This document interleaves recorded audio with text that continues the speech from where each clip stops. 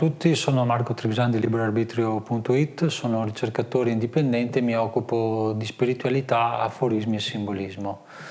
Nella puntata di oggi vedremo come nasce la realtà e quindi anche la percezione della realtà e quanto l'uomo influisca su di essa o se essa è predeterminata ed esistente. In esoterismo, in antroposofia anche, i sensi dell'uomo sono 12, ma i sensi della percezione della realtà sono i 5 sensi fisici che conosciamo tutti, i 5 sensi canonici, quindi vista, udito, olfatto, gusto e tatto. E gli altri 7 invece sono sensi attivi in tutte le persone, più o meno sviluppati, che però si occupano più, che sono di natura spirituale e si occupano, come dire, di cose che non hanno a che fare con una realtà fisica, ma che percepiscono una realtà che abita nel fisico ma è spiritualizzata, come ad esempio il senso dell'io, il senso del concetto, il senso della vita e gli altri 7, adesso non li sto a elencare qui tutti perché la puntata è dedicata appunto alla percezione e alla realtà. Quindi la prima cosa da mettere in chiaro è che l'uomo percepisce la realtà e in parte vedremo anche come co-crea anche la realtà attraverso i 5 sensi, che sono appunto i sensi canonici. Come si crea e si forma la realtà nell'uomo? Prendiamo in particolar modo la vista e l'udito, che sono i sensi con i quali l'uomo odierno si muove maggiormente, percepisce maggiormente il mondo esterno. L'uomo ad esempio osserva una rosa e quindi potrebbe dire che la rosa è già predeterminata ed esistente ed è essa stessa la realtà che lo circonda e la percepisce attraverso i sensi. In realtà non è predeterminata la realtà, ma l'uomo è un co-creatore della realtà. Perché? Perché i sensi percepiscono la rosa, o meglio, il mondo esterno, in questo caso la rosa, fa una pressione, infatti si chiama impressione, nei sensi, in questo caso la vista. Quindi c'è una pressione del mondo esterno, diciamo così, ecco, sull'organo visivo. Questa impressione successivamente viene elaborata dal cervello e poi viene riflessa nel corpo astrale, il quale poi ne ricava una sensazione e poi l'occhio va a riporre sopra la rosa questa elaborazione che è stata fatta all'interno dell'uomo. Per questo l'uomo è un co-creatore. Quindi che cosa succede? Osservo la rosa, la realtà esterna a me fa un'impressione su di me, questa impressione, quindi i sensi, la vista, raccoglie il dato viene elaborato dal cervello, lo riflette al corpo astrale, la risposta del corpo astrale fa sì che il colore della rosa, il verde del gambo, la forma della spina vada ad appoggiarsi perfettamente sopra la rosa che sto osservando. Quindi la realtà non è per l'uomo, la realtà non è completamente esterna in lui, ma ne è co-creatore della realtà.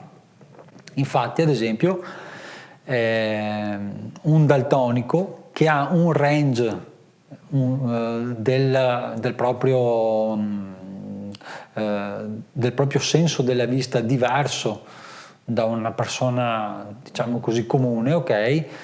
Fa fatica a distinguere i colori. Questo perché la raccolta dei dati che fa, cioè l'impressione, è diversa rispetto a quella che fa una persona normale e di conseguenza l'elaborazione del cervello, che si riflette poi nella stimolazione e quindi nella risposta del corpo astrale, sarà diversa a sua volta.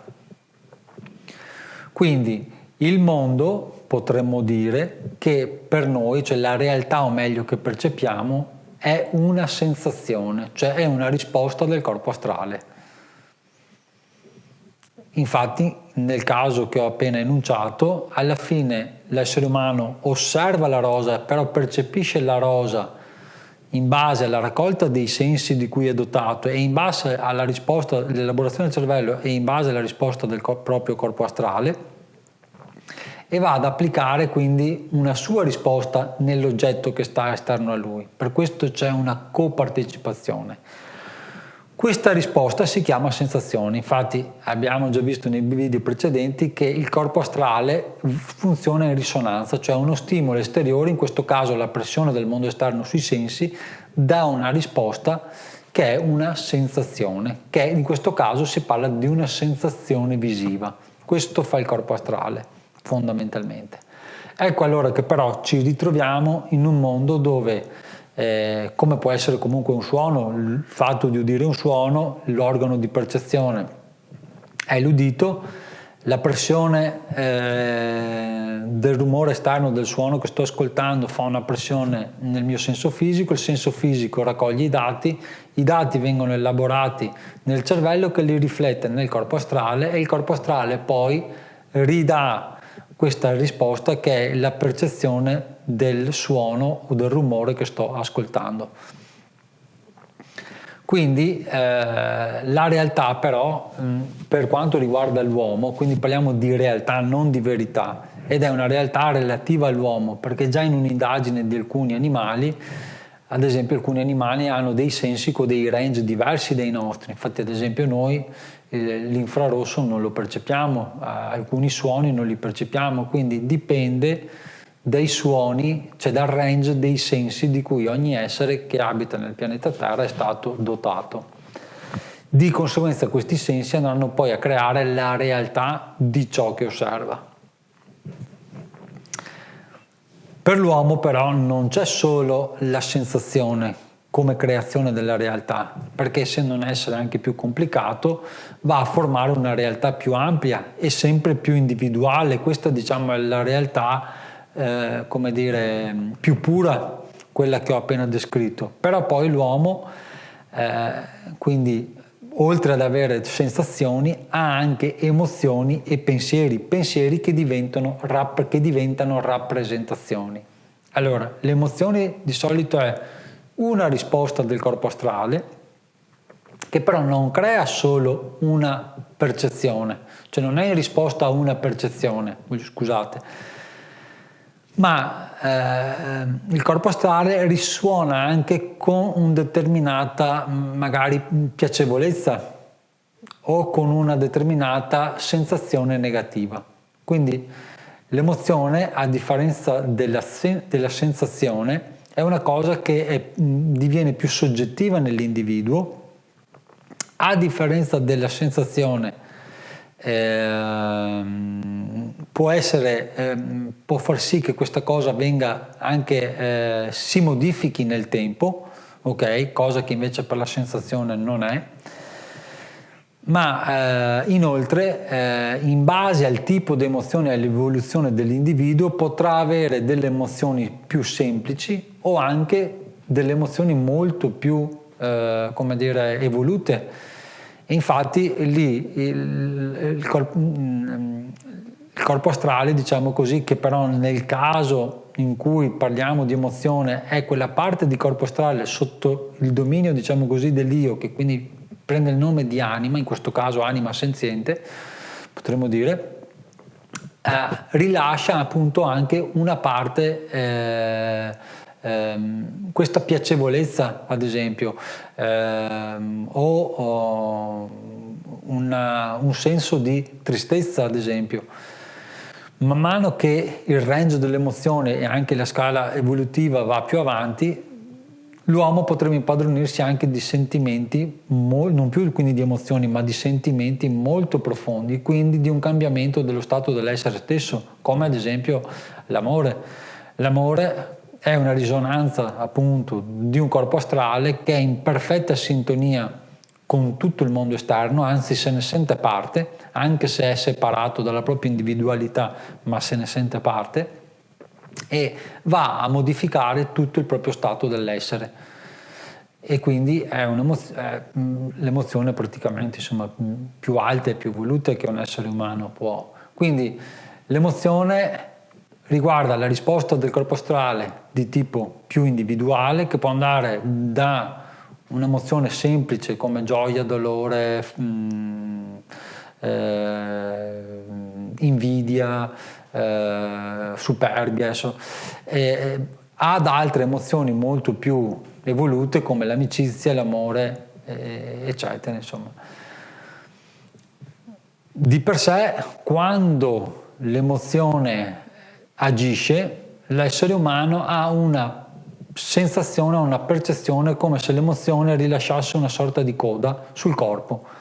E quindi, infatti, quando ci sono delle emozioni negative, il corpo tende a contrarsi, si irrigidisce. Quando ci sono delle emozioni più positive o dei sentimenti che sono più evoluti rispetto alle emozioni, il corpo si espande. Per ultimo, il pensiero, che attraverso il concetto, che cos'è? È una rappresentazione, quindi abbiamo sensazioni, emozioni e rappresentazioni. Il pensiero nell'uomo viene visto soprattutto come concetto. In realtà il pensiero non è solo concetto. Per concetto intendo dire che è un'immagine mentale, linguistica, come quella con la quale vi sto parlando adesso, che fa riferimento a una descrizione della realtà e non alla realtà stessa. Quindi la rappresentazione è la parte finale di quella che può essere l'osservazione di un oggetto, perché ho la sensazione che abbiamo detto co-crea la realtà come risposta alla stimolazione sui sensi della pressione del mondo. Potrei avere, ma non è detto, un'emozione positiva o negativa, però quando vado a leggere, cioè quando vado a caricare di valore l'oggetto che sto osservando, uso il concetto, quindi la descrizione, come il termine rosa. Io che sto osservando una pianta, ma quando l'uomo identifica che essa è una rosa, la sta sostanziando di significato, e questa è una cosa che solo l'essere umano e la coscienza umana può fare nel mondo nel quale è immerso. Il concetto quindi è una rappresentazione, è un suono mentale che posso esprimerlo anche fisicamente attraverso la parola, però non è il pensiero in quanto tale a livello umano. Ci sono anche altre forme di pensiero e più evolute, però rimanendo in quella che è la sfera umana, il concetto altro non è che pensiero vivente,